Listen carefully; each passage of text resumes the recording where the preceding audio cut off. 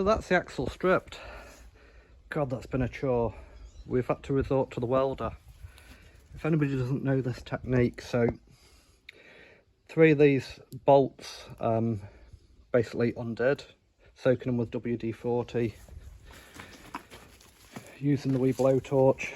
Now, a stud snapped off there and we couldn't get it out.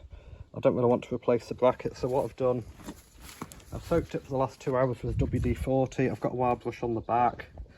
Really struggled. Heated it up, mould grips, it wouldn't come undone. So what we've done, we've put a nut on it right down to the bottom, tightened it up.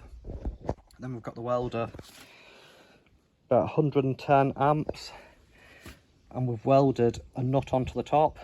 That's done 2 things. So it's put a nut that we can get the impact gun onto. It's also driven heat right into that, so that thread was roasting hot. It's melted my gloves trying to pick it off. So what we did, given it a good beader weld, you see, I had 1 attempt, that snapped. Right good beader weld.